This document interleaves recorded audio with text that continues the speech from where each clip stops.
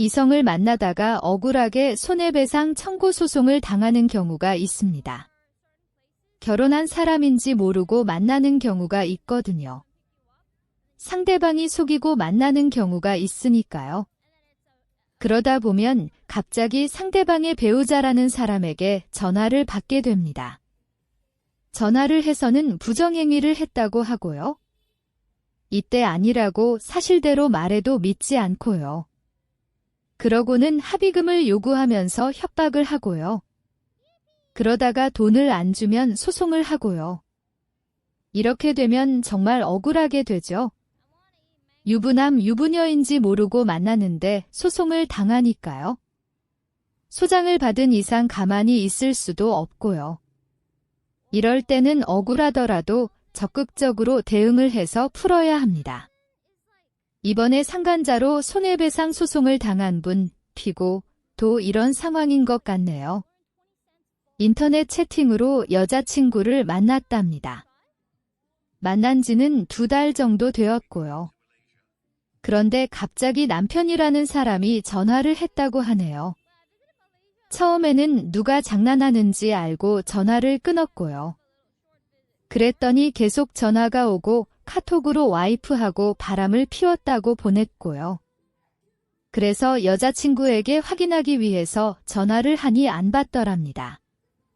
그리고 그 남자가 계속 전화를 해서 받아서 사실대로 말했고요. 결혼을 했다는 말을 안 했고 유부녀인지 모르고 만났다고 했고요. 그렇지만 남자는 믿지를 않고요. 그러더니 계속 부정행위를 했다고 하면서 합의금을 요구하더랍니다. 그렇지만 돈을 줄 이유가 없어서 거절을 했고 믿지 못하면 3자 대면을 하자고 했고요. 그러자 남자가 처음에는 알았다고 하더니 만날 이유가 없다고 하면서 소송을 하겠다고 했고요. 그리고 한동안 조용하더니 손해배상 청구 소장이 온 것이죠. 상담을 해보니 억울하게 소송을 당한 것 같네요. 여자친구하고 주고받은 채팅하고 카톡 내용이 있거든요. 솔로라고 한 내용이 있고 결혼을 할 생각이 없다는 내용이 있으니까요. 그리고 총각이라서 유부녀를 만날 이유가 없었답니다. 결혼을 해야 하는데 유부녀인지 알았다면 만나지도 않았을 것이고요. 그러다 보니 그러한 내용으로 주고받은 내용이 있고요. 결혼할 생각이 없어서 안 만나려고 했고요. 그렇지만 여자친구가 적극적으로 대시를 해서 만나게 되었고요. 그래서 원고의 청구를 기각시키기 위한 답변서를 제출해야 합니다. 원고의 주장은 모두 사실과 다르거든요. 처음부터 결혼한 지 알고 만난 것이 아니고요. 먼저 대시해서 만난 것도 아니고요. 소장에 첨부된 카톡 내용은 나중에 사귀면서 주고받은 것이고요. 그 내용만 보면 일반적인 연인이 주고받은 내용이고요. 그런데 이분, 피고이 가지고 있는 내용은 처음부터 모두 있습니다. 그러다 보니 여자친구를 어떻게 만났는지 알 수 있고요. 여자친구가 솔로라고 했고요. 결혼을 할 생각이 없다고 했고요. 그래서 안 만나려고 했는데 계속 연락을 하고 만나자고 해서 만나게 되었고요. 이러한 내용에 관한 채팅하소 카톡 내용이 있으니까요. 이렇게 원고의 청구에 대하여 조목조목 반박을 하면 될 것 같네요. 원고의 아내가 결혼한 것을 속이고 만난 것을 주장하고 입증할 수 있고요. 그러면 원고가 모르는 증거를 보게 될 것이고요. 이런 증거가 있으리라는 생각은 하지 못했을 것이고요. 그렇다면 원고가 답변서를 보면 반박할 주장이 없을 겁니다. 이때 아내를 회유해서 확인서 같은 것을 받아서 제출하려고 할 수도 있고요. 아내가 유부녀인 것을 숨기고 만나기 때문에 확인서를 써줄지는 알 수 없고요. 증거를 부인하면서 써주기는 힘들 것이고요. 그래서 답변서를 받고 반박하지 않고 가만히 있을 수도 있죠. 그러면 변론, 기일이 지정될 수 있고요. 판사님이 재판을 하면서 원고와 피고의 주장을 확인하고요. 그리고 추가 주장이나 반박할 것이 있는지 물어볼 수 있고요. 이때 할 것이 있다고 하면 속행이 되고 다음 변론 기일이 지정되고요. 할 것이 없다고 하면 변론을 종결하고 선고 일자를 지정할 수 있고요. 만약에 원고가 피고의 변론에 대하여 반박할 것이 있다고 재판을 한 번 더 할 수 있습니다. 그러면 어떤 반박을 하는지 지켜봐야 하고요.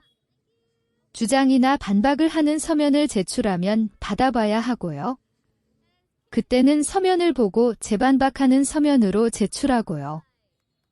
그러나 원고가 소장으로 주장한 내용이나 증거 외에는 다른 것은 없을 것 같네요. 피고도 답변서로 주장한 내용이나 증거는 없고요. 그래서 서류 추가 주장이나 나중에 제출할 증거가 없으면 재판은 한 번 하고 끝날 수 있고요. 그리고 판사님에게 판결을 받을 수 있고요. 그런데 피고가 불리하지는 않을 것 같습니다. 피고가 원고의 아내를 유부녀인지 모르고 만난 거든요. 아내가 결혼한 것을 숨기고 만났으니까요. 이 부분을 입증할 증거도 충분하고요. 유부녀인지 알았다면 만날 이유도 없고요. 그렇기 때문에 원고의 청구를 기각시키기 위한 답변서를 제출하고 변론을 한 후 판결을 받아야 할 것 같네요. 이렇게 이성을 만나다 보면 억울하게 소송을 당할 수 있습니다. 결혼한 것을 숨기고 만날 수 있거든요. 그러면 유부남 유부녀인지 모르고 만나게 되고요. 그러다가 남편이나 아내라는 사람에게 전화를 받게 되고요. 그리고 부정행위를 했다고 하고요. 아니라고 해도 믿지 않고요. 그러고는 손해배상 청구 소송을 하기 때문이죠. 이럴 때는 적극적으로 대응해서 억울함을 풀어야 합니다. 답변서로 속아서 만났다는 주장과 증거를 제출하고요. 끝까지 변론에서 승소 판결을 받아야 하고요. 그러다 보니 판결을 받기까지 힘든 시간을 보내게 되지만 어쩔 수 없게 되는 것 같고요. 그래서 이성을 만날 때는 항상 확인을 하고 조심해야 하고요. 그래야 나중에 억울한 일을 당하지 않으니까요. 저희가 상간자 소송 상담이나 대응을 해보면 이런 사례가 의외로 많은 것 같습니다. 인터넷 채팅으로 만나는 경우가 많거든요. 결혼한 지 모르고 만나는 경우도 많고요. 그 중에는 속이거나 숨기고 만나는 경우도 많고요. 그러면 유부남 유부녀인지 모르고 만나게 되고요. 그러다가 갑자기 전화를 받게 되고 그때야 속아서 만난 것을 알게 되고요. 그리고 사실대로 말해도 믿지 않고 손해배상 청구 소송을 하기 때문이죠. 이럴 때는 어떻게 해야 하는지 알아보고 준비를 해야 합니다. 합의금을 요구하거나 소송을 한다고 하면 대응 준비를 해야 하고요. 상간자 손해배상 소송 경험이 많은 저희가 자세한 상담을 통하여 도움을 드리거든요. 소장 검토 및 대응 방법 진행 절차 등에 대하여 알려드리고요. 원고의 청구 기각을 구하는 답변서를 제출하고 변론을 한 후 판결을 받아서 드리니까요. 그렇기 때문에 억울하게 소송을 당한 분들이라면 언제든지 상담을 받아보고 대응을 하시기 바랍니다. 그래야 억울하게 돈을 주지 않을 테니까요. 이번에 상간자로 손해배상 청구 소송을 당한 분, 피고, 도 답변서부터 제출해야 합니다. 인터넷 채팅으로 만난 여자친구가 유부녀인지 모르고 만났거든요. 결혼한 것을 숨기고 만나서 전혀 몰랐고요. 이런 사실을 입증할 증거가 충분하니까요. 그래서 원고의 청구를 기각시키는 변론을 해서 승소 판결을 받아야 하고요. 그때까지는 힘든 싸움이 될 수 있지만 끝까지 해보면 다 잘 될 것 같네요.